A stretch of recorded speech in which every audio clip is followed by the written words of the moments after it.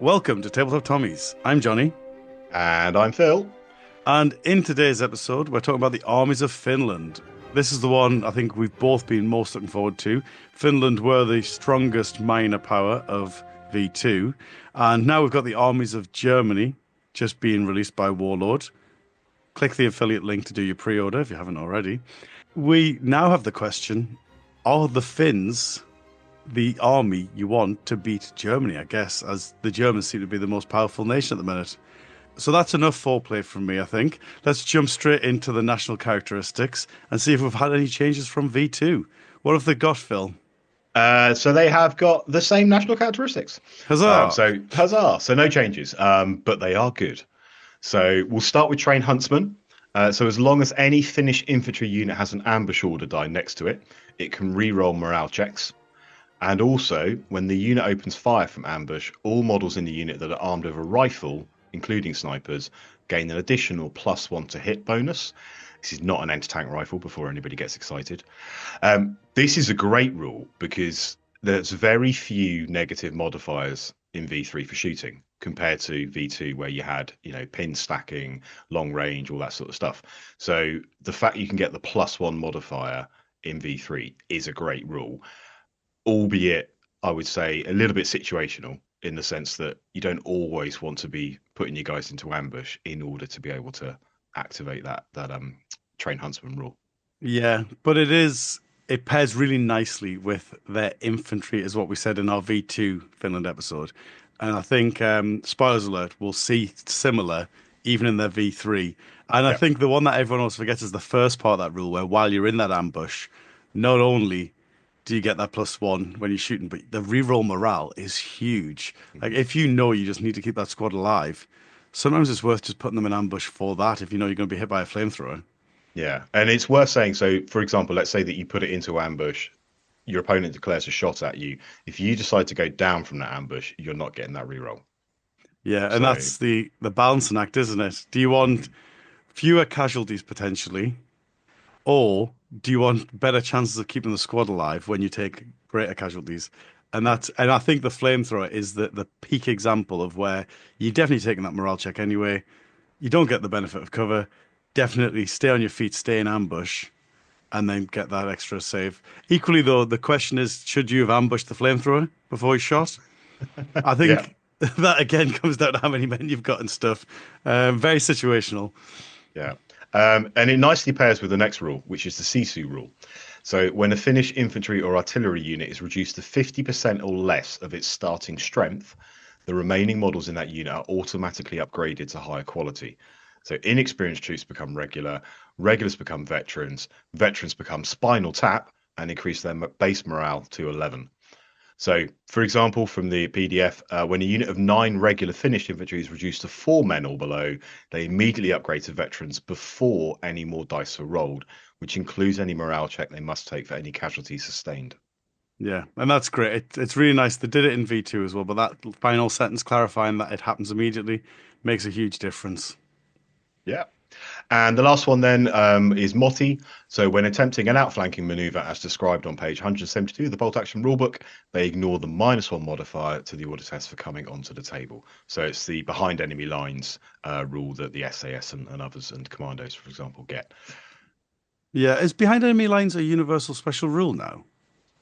No, it's not, but it's basically what it was always called, wasn't it? For things Yeah, like Chindits and commandos and others. it's just that makes me think we should have made that a universal special rule, and it would have really simplified our rule set because there's a lot of units that get behind enemy lines, and so they could have Yeah. simplified it to gets behind enemy lines. Yeah. They might have different names for it, but they all do the same thing. Yeah. Yeah. Yeah. And good characteristics overall, and zero changes at all from V2. And I guess it's not an army special rule, but you get skis for free. Yeah, skis for freeze. I would say that is an army special rule because it applies to the whole army. Well, Pretty okay, tasty. yeah. Infantry units only. So yeah, Oh, that's interesting that your guns aren't getting your skis for freeze, but they yeah, do and have something in their entry, I believe. your MMGs and so on are not getting it as baked in. But yeah, perfectly good. They're all good rules. As I said, I really like the first one because of how shooting has changed in V3 in terms of modifiers. Yeah, brilliant. Should we jump straight into units then? Yeah, so you don't get a huge amount, but you do get a lot of customization. So back in V2, you had like your regular squads, Continuation War, Winter War. You had your Jakari, you had your Calcapaccio, and your Sisi. Now you basically get the same, but they're kind of like there's fewer entries, but more options. But before we get there, HQ wise, you can have an officer, cannot be inexperienced, so regular or vet. You can have a medic and you can have a forward observer, which can be only artillery. Yeah, exactly the same as V2 with the amendments for V3, sort of like cheap officers and different pricing on the observers, but otherwise, exact same options as V2. Cool. So in terms of the squads, you've basically got regulars or vets, so you don't get inexperienced. So your infantry rifle squad, you take them as regular or vets at 10 or 13 points each. 5 men as your base. You can add an additional 4, so up to 9 maximum. You can have up to 2 SMGs. You can have 1 light machine gun. You can have 2 Panzerfausts. You can give them AT grenades. You can give them tough fighters. You can make them engineers. And if you make them engineers, one man may replace his rifle with a flamethrower. Yeah, and so this one here, your rifle squad entry in V3, is basically what used to be winter and continuation war Hmm. squads rolled into a single entry. But Yeah. the thing that's huge there that I missed actually the first time I looked through his PDF is the fact that they're getting engineer squads with flamethrowers because that they did not have in V2. And so that is a huge change for Finland, I would say. Yeah. And when I was looking at it earlier, I didn't see the flamethrower team. But then having just reread it, it's like, but you actually can make an engineer squad with a flamethrower, which nicely links with something later when we get to transports. Yeah, which that's one of the other changes that will certainly be talked about at length, I imagine. But yeah, the thing, most of the other armies are getting those engineers with very little purpose other than to unlock a selector. Hmm. That's a lot of those other armies have been only given that option for that, and Yeah. so it's huge for the Finns to get the engineers with the flamethrower because it makes those squads incredibly useful, especially when otherwise they'd be competing with what is arguably better rifle infantry if you Yeah. just wanted rifle infantry, which leads us into our next entry in the new V3 PDF. So this is the Recon Light Infantry Squad, which is the Jakari and Sissy squads rolled into one. Exactly, yeah. So they're veteran, they're 13 points each, 65 points for 5 men. You can add up to another 6, so up to 11, because the Finns go up to 11, as we found out earlier with the morale. Any model may have a submachine gun. So that's quite tasty. 11-man submachine gun veteran squad. I think you mean pricey. Sometimes quality has a price, and Visa is there for that. One man can have a light machine gun. Up to 2 men can have Panzerfaust. The entire squad can be given AT grenades. The entire squad may be given bicycles. You may make the entire squad tough fighters, and or you may upgrade to Sissy Recon. And the Sissy Recon squad gains the Master of the Hunt special rule for +1 point per man. Yeah, which is brilliant. So that Yeah. allows them to advance into ambush, Mm. pairing very nicely with their shooting rifles from ambush rule. Yeah. The fact also that they get tough fighter for 1 point Hmm. means the SMGs are even less worth their value because if you want tough fighter, I would say what you want to do is you want to pay for the tough fighter. You want to keep your rifle so you get the advantage of your master of the hunt, advancing into ambush, shooting with your +1. If you take the SMGs, you lose that +1 from ambush. And so I think if I'm running my sissy, I'm running them with rifles throughout. And the other big change is I never used to run them in V2 because they never used to be able to take Panzerfaust. And Mm. so I used to run just continuation war, Which or had Jakari. Panzerfaust. Yeah. Yeah, and just so I could have the Panzerfaust Yeah. on my Yeah. infantry. Now they can have them. There's really no point not running them if you want veterans. Mm. Although, is the Faust worth it? Well, if you can advance your Faust into ambush, maybe it is worth the 15 points. I can see obviously where they've rolled in the Sissy and the Shikari into one, you're getting this sort of double benefit where Mm. Panzerfaust are available, either with a bunch of SMGs or with the Master of the Hunt special rule, and you didn't get all of those combos in V2. I can see a role for SMGs, and it links with the transport options later. Mhm. Um, because of buying the SMGs on a 5 or 6 man squad to delete a unit at close range, rather than buying the SMGs to give them tough fighters.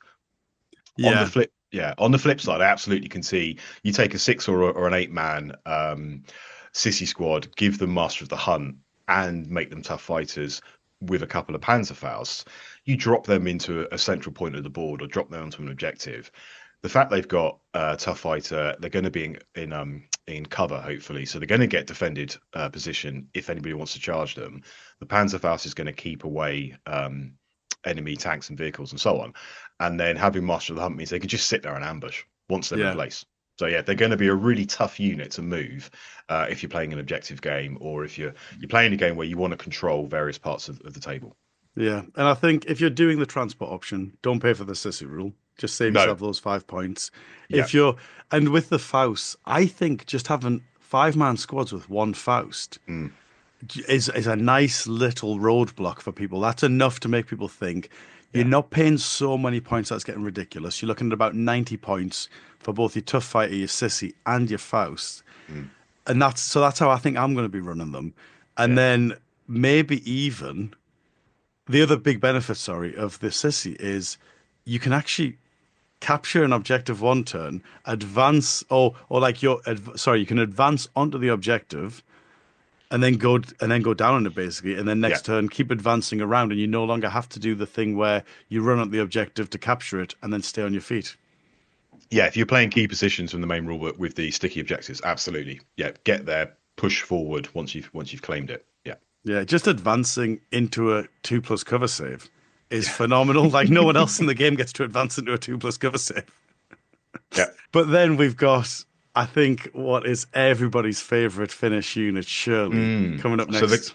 the Cal Capaccio long distance recon squad. So they're expensive. They are 23 points a man. So Same you as pay V2. same as V2, yeah. Hmm. So you get 5 men for 115 points, veteran. They come armed with submachine guns and AT grenades as standard. You can add up to an additional 4, and any man may choose to have a rifle in addition to their SMG for +1 point. So 23 or 24 points a model, depending on if you want the rifle alongside the SMG. With that, you do get a lot of stuff. So obviously they're tank hunters because they've got AT grenades. They're fanatics, which is it's the same as V2, really helpful. They have the medic special rule for themselves. So what I mean by that is that each man carries a field surgery kit and is a skilled medic. So the unit can self-medicate and always acts exactly in the same way as if a medic was within 6 inches of the unit. So they don't act as a medic to other units, but they do act as a medic to themselves. So if they start taking small arms fire on a 6+, you ignore one of the hits or one of the wounds. And obviously the big thing for Cal Capaccio is the deep strike mission. Which So is what you're paying the big bucks for, it's what you're basically. paying the big All bucks those for. other rules are lovely, but this is where the money's at. Yeah. So when a Kakabashi unit that is outflanking becomes available, it may enter the battle from anywhere along either the right or left table edge or any point along the enemy's own table edge. For example, if a Carcapaccio decided to outflank left, it could enter from any point along the left table edge, regardless of the turn it became available, or any point along the enemy's table edge. Which now with the V3 outflank rules, where you can choose to come in from your own table edge as well, you send these boys outflanking left, and you've got a whole U that they can come on from. So it's incredibly useful, that particular rule.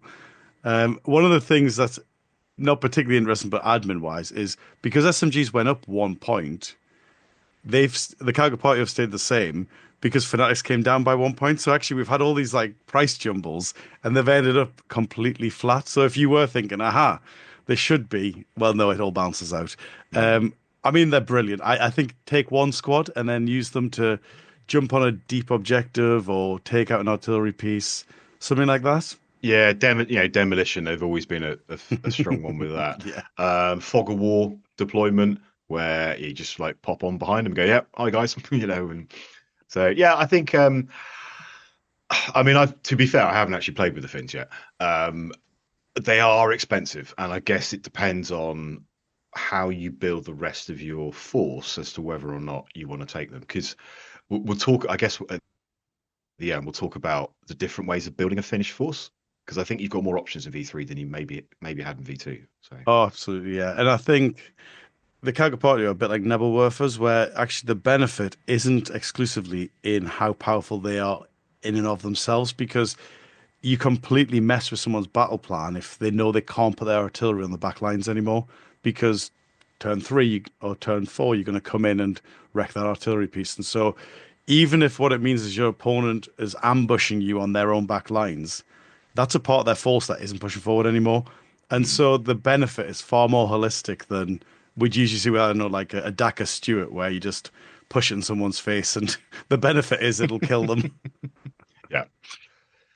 Moving on to the infantry weapons, you've got an MG team, medium, can't take a heavy. You've got an AT rifle, which you can upgrade to a Panzerschreck. You've got a flamethrower team. Ignore what I said earlier about not having a flamethrower team. I was thinking about another nation. You've got a sniper team, which gets the Master of the Hunt special rule. So they're allowed to advance into ambush. And in mortars, you can take light, medium, or heavy. So again, having heavy mortars is great because you don't see that on every nation at all.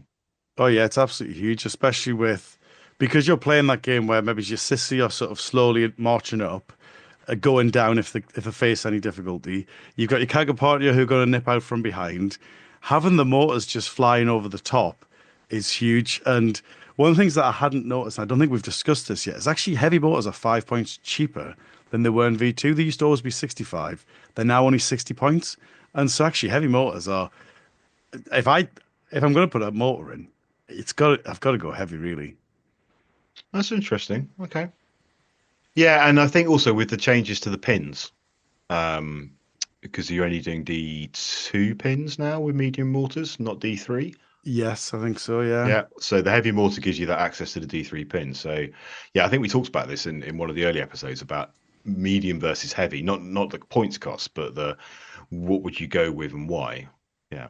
Yeah, because also the other thing with the heavy is it just gives you such a better chance. If you've got, I don't know, a small team in hard cover, it's a sniper team, they've already fired, you get that lucky six, you want to be wounding on the best possible odds Mm, because what you don't want to do is to have one man survive and then move away before you range out. And so I really like the heavy for that, just making sure that you get the kills. mhm. Yep. The only other change to mention is the sniper got 1 point cheaper for some reason, and I have no idea why. I think the reason why is they've priced Master of the Hunt as a 1 point upgrade, and so whereas previously they just said, Finnish snipers are 5 points better, they've priced Infiltrator for 1 point, and then Master of the Hunt is 1 point, and so for two men that's 4 points, Yeah, okay. which is just quirky. It makes me think that perhaps behind the scenes we're seeing a bit more sort of like of a spreadsheet approach to points costing. I would have thought so. Yeah, that's been my suspicion from looking through the army list so far that everything has a base cost and then extras are always going to be this cost, and if you've got an SMG but you've got a tough fighter, it's going to be 3 points, not four, that kind of thing. There does seem to be a lot more of a consistency with regards to here is our bank of points costs for these associated rules or whatever, and we're just going to map it on in the right way mostly. Yes, yes, There, mostly because actually moving into the artillery section, yeah, we have a similar sort of vibe where your points are a little bit in flux. yeah, All the howitzers, have we got all three of them available to us? yeah. They've got all of them. So light, medium, heavy. You can add a gun shield and you can add a spotter if you have a medium or a heavy. You can't take them in experience, so regular or vets only. Yeah, as part of the episode, I thought I'd look at how they compared to V2, like I have with the other units. The medium's now 10 points more, which is interesting considering the heavy mortar got slightly cheaper. The heavy is 20 points more than it was, like 135 points is a lot of points to be paying for a heavy howitzer now, but it is a big boom, I guess. The other thing that I thought was mildly interesting for sort of like looking forward horizon scan is Armies of Germany. The medium howitzer is the same, it's 90 points, but the heavy howitzer is even more expensive. In Armies of Germany, you're paying 140 points for a heavy howitzer. So I don't know if that's indicative of things to come, that Okay. actually everyone's going to have a little bit of a points creep on the howitzers. I mean, I wasn't a huge fan sinking 100 points into a medium howitzer with a gun shield on a spotter at regular in V3.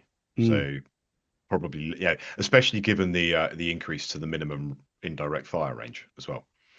Yeah, I agree, actually. I think that's a bit rogue.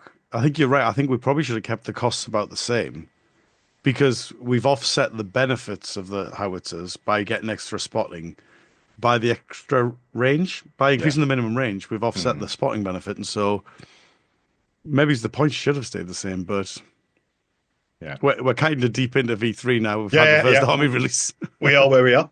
Yeah.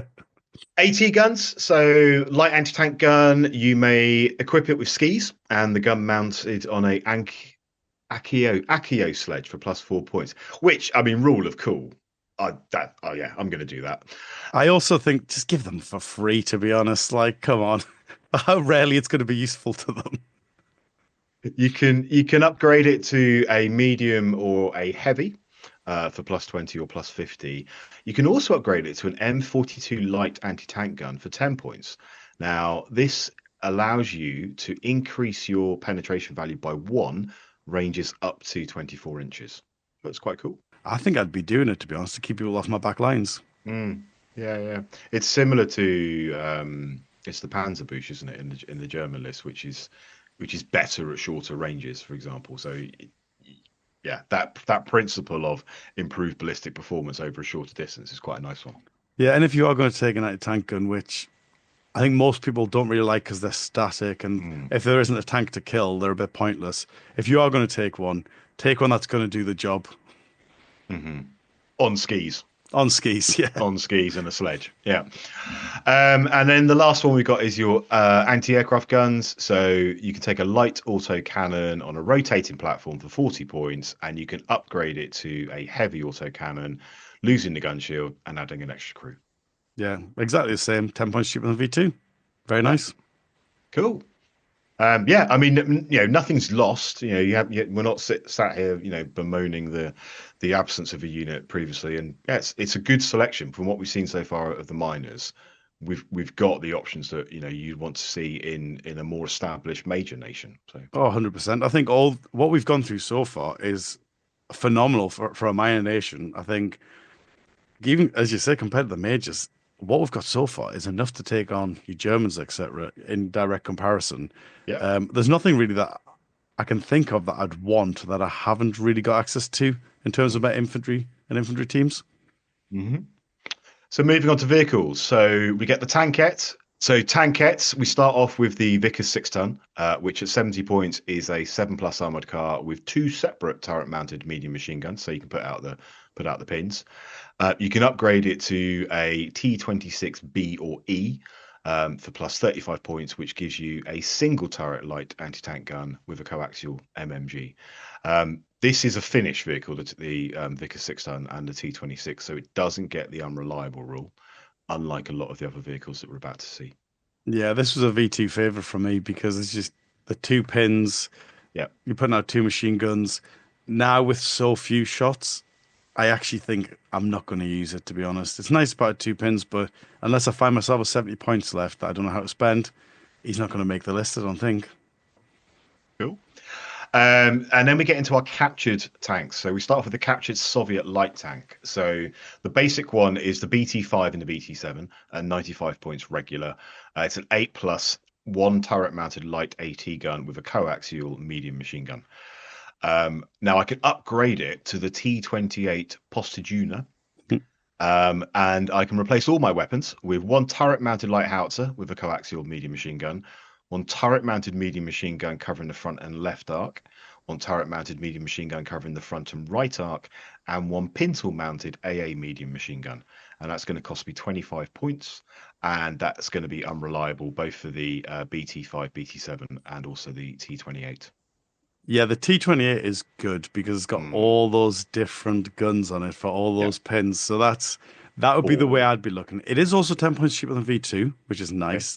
The fives and the sevens are 5 points less. I think the BT5 and the BT7, not for me, those No. ones, because you just got the one gun, not doing much. But the T28, though, that might be a bit of a winner there. Yeah, absolutely. I'd agree. Yeah. And then we move into the captured Soviet medium tanks. So the basic one is the T-34 Sotka, which can only be taken at veteran. It's a 9 plus medium tank, and it has turret-mounted medium AT gun with coaxial medium machine gun, and a forward-facing hull-mounted medium machine gun. And I can upgrade the anti-tank gun to a heavy anti-tank gun for plus 35, making it a T-34/85. Yeah, he's basically the same as last edition with a little reduction in cost, 6 points for the medium. So not a huge reduction, but veteran unreliable is probably the way to go because, as you said in the last episode, the veteran tanks can't be hurt by anything that can't. Sorry, the veteran tanks can't be pinned by anything that can't hurt them, and so that mitigates the unreliable rule. And so the fact you're veteran actually is really good for that T-34. Yeah, and I'd say the same to be fair for the T28 in the sense of shedding the well not shedding, but just being a bit more resilient towards the pin. So obviously the unreliable rule means whenever you take a pin, you take an additional pin. You offset that by taking them as veteran, and you're starting from a base morale of 10 rather than 9 at regular. So there's ways around it. And the fact now that you're only getting -1 to hit, regardless of your number of Mm, pins, you put an officer behind that tank, yeah, and it's cracking on. And I mean, 233 points for a heavy anti-tank gun on a T-34 chassis. I think if you're worried about facing armor, that might be a good tank for you to look at. it might be. So the final one is the captured Soviet heavy tank, which is the KV-1. It's a turret-mounted medium AT gun with a coaxial medium machine gun, a turret-mounted rear-facing medium machine gun, and a forward-facing hull-mounted medium machine gun. It's 10 plus. It's a heavy tank. It's slow. It's armored all round, so it doesn't lose the -1, -2 for side and rear. It's also unreliable because it's captured. Yeah, absolutely rogue from me, but I actually think this has value, even at 300 points. It's Okay, because it used to be a 390 point tank, this one, even with unreliable. right. Because it's armor 10 all the way around, going back to what I was saying about not being pinned unless you can hurt it, Mm, there's very little. There's a lot of stuff that is like anti-tank rifles. The anti-tank rifle spam we're going to be seeing in a lot of tournaments, I mhm. predict. KV1 doesn't care. Yeah. Now, I don't think you should be running full platoons of them, but having one could just be like a huge roadblock. And again, because it's veteran and you've got the officers all over the shop, I think that might actually be not a terrible purchase. I'm not sure it's the most competitive, but I think that could be sort of the right side of average, if you know what I mean. Yeah, yeah, no, definitely. Yeah, I see where you're coming from. I wouldn't take it, and I'll explain why in about 30 seconds. Um, Because you've got your eye on something so I've else, got have my you? eye on something else. So, assault guns, we've got a BT-42. It's an 8 plus, 155 points regular, turret mounted medium howitzer. Nah, fine, but I'm not going to Yeah, take that one.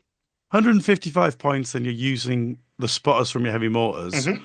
isn't awful if you are doing a gunline army, but I agree with you. It's not making me want it. No. The one I would recommend looking at is the Stug 3 Sturmy. So it's a Finnish tank. So the Finns purchased a fair few Stug 3s from the Germans. So it's not a captured Soviet tank, therefore it doesn't have the unreliable rule. And for some reason, it is differently costed to the German equivalent. So it's only 185 points regular to give you a casement mounted forward facing heavy AT gun and a medium machine gun with 360-degree arc of fire on a 9 plus tank. It's 222 points veteran. If I'm going to sink 200 plus points into one unit and I want an armored vehicle, I'd be considering taking this as a veteran because you've got the heavy AT gun, you've got a pintle MMG, or yeah, a 360 fire MMG, not a coaxial. So it's 2 pins you can put out a turn. You make it veteran. You sit at long range, so yeah, all your auto cannons, even if you've got heavy auto cannon, at long range you can't do anything about it. So your opponent's got to either come in close, get in the side, or they need to be using their AT guns if they've bought them. Absolutely. What's really funny is that was on my list as an auto include as well, because I'd also noticed when we went through Armies of Germany that there's a big difference. That 30 points Mm, difference is huge. yeah. And it's actually 45 points cheaper than it was in V2 in the Armies of Finland Hmm. section. I don't know if when they were doing their spreadsheet points, they've counted as a medium anti-tank gun, and that's where they've gone wrong. Hmm. But yeah, they like what an absolute bargain. And I do think imagine rolling up to a tournament with a KV1 and a Stug, and then you've got some mortars, Sissy, and Calcapardio. Like that's going to be an intimidating force to take on, regardless of whether it's a competitive tournament or a nice thematic one. Mm, yeah, it's a good old thing. Yeah, yeah, I absolutely would suggest looking at that. So the last couple of entries. So we got the armored cars. So captured Soviet armored cars. So they've got unreliable. Your basic one is a BA-20 at 35 points regular, which is kind of cool. Okay, it's only an LMG, but it's 35 points armor 7. Um, it just buzzes around, put the pins out, hopefully once a turn. Or you upgrade it to the BA-10. So you get rid of your turret-mounted LMG and you get a light anti-tank gun, turret-mounted light anti-tank gun with coax LMG and a forward-facing LMG for 55 points. Both the BA-10 and BA-20 have got Recce and the unreliable. So for 97 points, you're getting a BA-10 veteran Recce light AT gun plus the LMGs if you want to use them. I've talked before about panhards and humbers. I really like the Recce light anti-tank gun build on an armored car, and I really like this one because it's cheaper than a Humber and a panhard because the unreliable rule is bringing it down a lot, even if you take it a veteran. Yeah, I always used to run one of these at 42 points, veteran, and I would recommend it again. Like it's not going to win you a game, but what it is going to do, exactly as you said, it's going to put a pin on someone, or it's gonna get in the way of someone getting to an objective. It's just always going to be there, and you've paid so few points for it that actually, if you are taking an all platoon, it might be a bit of an auto include like the anti-tank rifles. And then if you want to use the BA-10s as your primary tank hunters at veteran, even with unreliable, make one of them the command vehicle. So you're buffing Mm. yourself and anything within 12 inches. And actually those pins maybe don't matter as much. I tell you what, you could do a really cool sort of like Finnish recon force, couldn't you, Mm, with the BA-10, BA-20 chassis as like your tank, your recon platoon, and then you have all the sys in the Calcapartio. That'd be brilliant. mhm. And drum roll. Yeah, I'm really excited by the next one. Final thing then. So transports and tows. It's the Komsomolet, captured Komsomolet. It's 16 points regular, but you're not going to do that 19, though, are you? You're going to do 19 points veteran. exactly. For a forward-facing light machine gun. Meh, it's a 7+ armor carrier, so it doesn't run away automatically when it's empty because it's armored. Up to 6 men. If you want to tow stuff, you can tow a light anti-tank gun, anti-aircraft gun, light or medium howitzer. It is open tops. It is unreliable. Why am I so excited about it? Because, There's 19 points. well, it's 19 points, yeah, so I can spam it if I wanted to. It looks cool, actually. Rule of cool, it looks cool. But you can stick 6 guys in there with SMGs at veteran. Your Komsomolet is veteran. Have a company commander driving around in his little veteran Komsomolet shouting at people. And you can just start doing some really cool things where they jump out of the 6 SMGs, spray down whatever it is that's in cover, stick a Panzerfaust on them if you want to keep people away. Or you take your engineer platoon and you drive around in a bunch of Komsomolets. I think these are really cool. So when I first read through, I haven't played Finn since we started V3 Mm, because we did World mhm. Open War where I was doing US. Used the US for all my playtesting of V3 as well. Then we've moved into Germany. So Yeah. really, I haven't got round to the Finns yet. So when I've been reading the army list, because it's 19 points veteran, I was looking for the option for LMG and couldn't see it. And so I thought they'd stolen my LMG off the vehicle. But actually, what's happened is they've just accidentally not included its price. That's what's happened. And so actually, 100%, this is the best transport in the game Yeah, yeah, yeah. because you're not paying for your gun. So if you look at a T20 Komsomolet in the Soviet build, it's 37 points in experience, 46 regular or 55 veteran.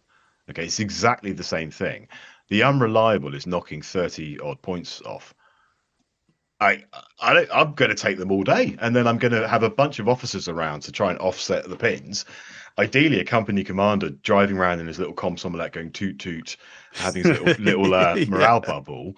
Go back to your previous point about the BA-10 recce's. Like you just have a fully motorized Finnish army. Oh So we yeah. did see this. We saw this at World Open War, didn't we? Kies had a Finnish army with a bunch of Komsomolets and so on. So yeah, you could easily bump your dice list up as well. Stick some AT rifles in them if you really want to. Like there's so many options now. Well, that's exactly how I used to run my Finns in V2. I had Mm, sort of 4 or 5 T20s.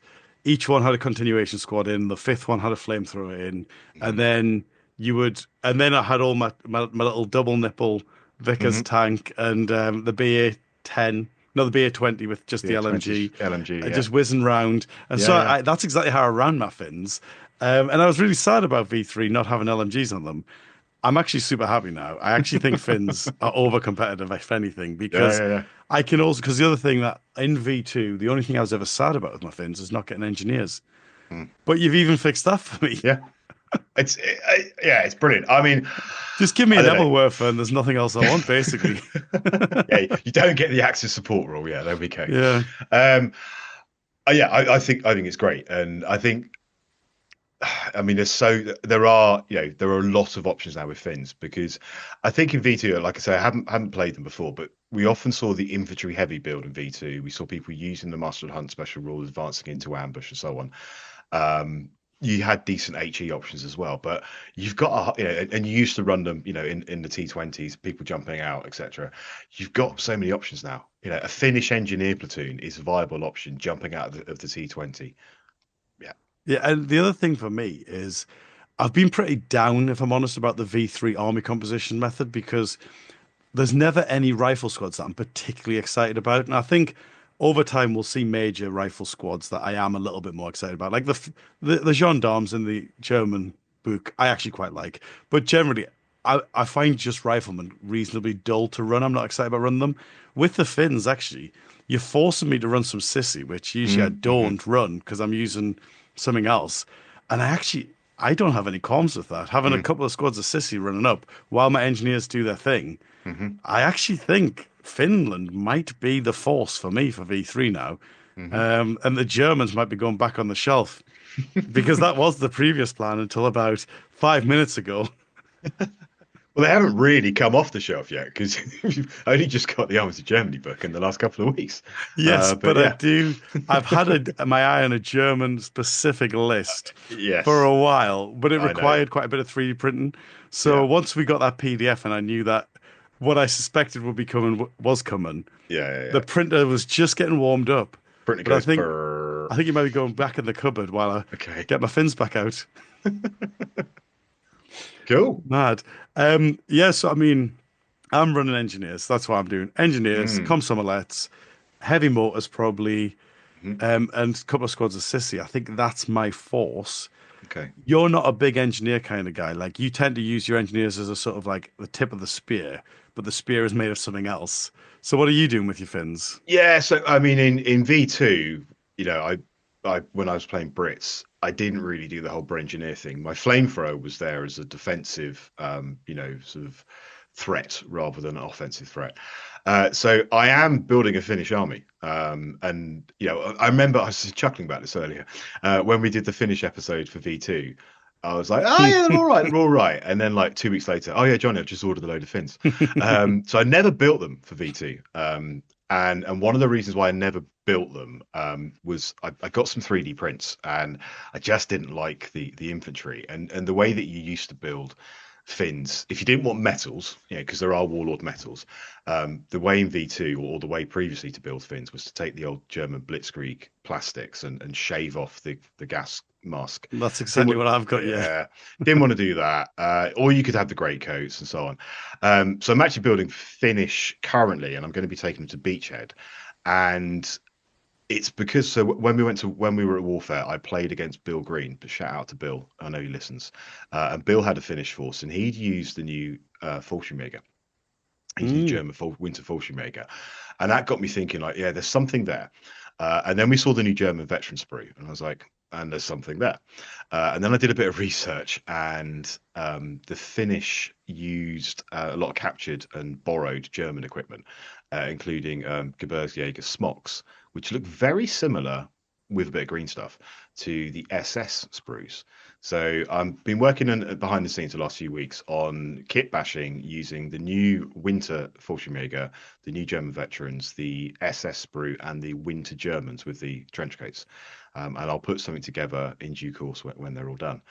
In terms of how I would run them, I just flip-flop between various ideas because I love the idea of a Finnish engineer force in Komsomolets supported with BA-10s. And then I'm like, oh, but I could take a Stug. Oh, I could take some T-28s. Oh, the Vickers are pretty cool. Oh, yeah, but I'm not using the Master of the Hunt rule, so maybe I need some Sissy. And, I could just jump out with a bunch of SMGs. What about the Panzerfaust? So... I mean, we'll find out in 4 weeks. 4 weeks today is Beachhead, so we'll find out at the point of recording in 4 weeks' time what I end up doing. But yeah, I'm flip flopping all over the place with these. I'm really enjoying, building them, but also doing some research. Picked up a couple of really interesting books on Finland as well. Yeah, Beachhead will be interesting because I don't think Mike's accepting Armies of Germany because it's being released just after the deadline, so it's too late. And so I think we will see quite a few Finns there, but we'll also see, I imagine we'll get a nice variety of people sort of carrying their V2 armies over into V3 to see if they still want to use that particular army. I think we might end up having a Finn off here because, as I said, I was thinking about a German list, but I think it's going to have to be Finland now. Okay. But we'll see, I guess. Check out episode, what's that going to be? Episode 71, probably. Well, we've got to put the list in a couple of weeks, so I need to. Yeah, I actually haven't painted them yet, so I've got 4 weeks to paint an entire army. But the irony is, I think my Finns are probably more painted than the German list that I had planned, and so I might actually be making my life easier if I do swap back to Finns. Yeah. Interesting. But yeah, no, back to the PDF. I mean, with spoiler alert, I think this is one of, if not the best Mind the Nation PDFs currently, because they're as fleshed out pretty much as the five majors. I'd say on the fleshing out point, it's not, because obviously people can argue, well, Germany's got 125 pages of rules. It's not that they've got like as many units as everyone else, but they've got every single important unit. The only thing anyone can really level at them as not having is the Nebelwerfers and the multiple rocket launchers. Because even in terms of transports now, you've got the main rulebook transport. So if you do just want a truck for some reason, or what else can you have? An ambulance and a horse. So that's as a 3. Yeah, or a car as well. You want to take a car, you can take a car. Yeah. Yeah, and so you've got literally everything you need, I think. Yeah. I think I'd go so far as not just saying they're one of the best miners. They might actually be one of the best nations, full stop. Yeah, I would. Well, I stopped myself saying that, but yeah, I would certainly put them above Japan at the moment in terms of the major, probably the Brits as well. Well, even US, the only thing that the US have, because the US lost their multiple rocket launchers going into V3, the only thing the US have over them is the fact they can have heavy machine guns on transports. Yeah, I was going to say, because regular engineers with the US, but you can take regular engineers now with the Finns. So. And with the V3 changes to like how pins work on vehicles, like we're talking about, even the unreliable is even more of a perk. I liked it in V2 because it made your stuff cheaper. Now it's cheaper and better, like than it was in V2. So, yeah, I think we'll see a change to the Stug cost because I just think that's wrong. So I think Stug will get FAQ'd and rated and changed. And I do think the unreliable discount is too high.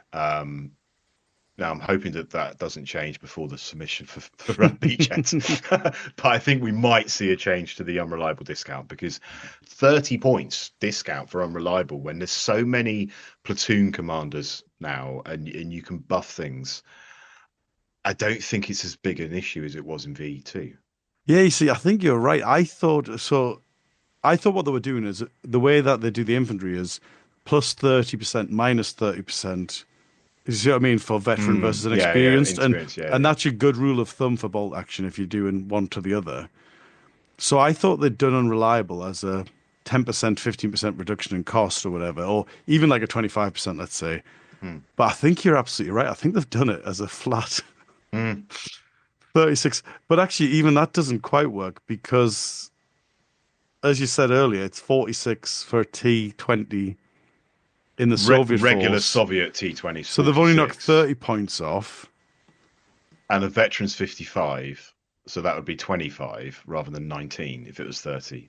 So it's 36 points difference of veteran, 30 at regular. Oh, I see. Yeah, yeah. Oh, so that's interesting. 30 points unreliable discount. At Yeah, that regular, yeah. when they go back to their spreadsheet, they need to make the unreliable a percentage rather than a points difference. I think that's Yeah. the errata that needs to happen. But in the meantime, please don't do it Let's before go. Beachhead. In the meantime, I mean, fantastic. Actually, the other thing I should say as well is with the new German veteran sprue, um, some of them have got short sleeves, like they've got sleeves rolled up, which is a bit annoying if you're doing like a winter finish one.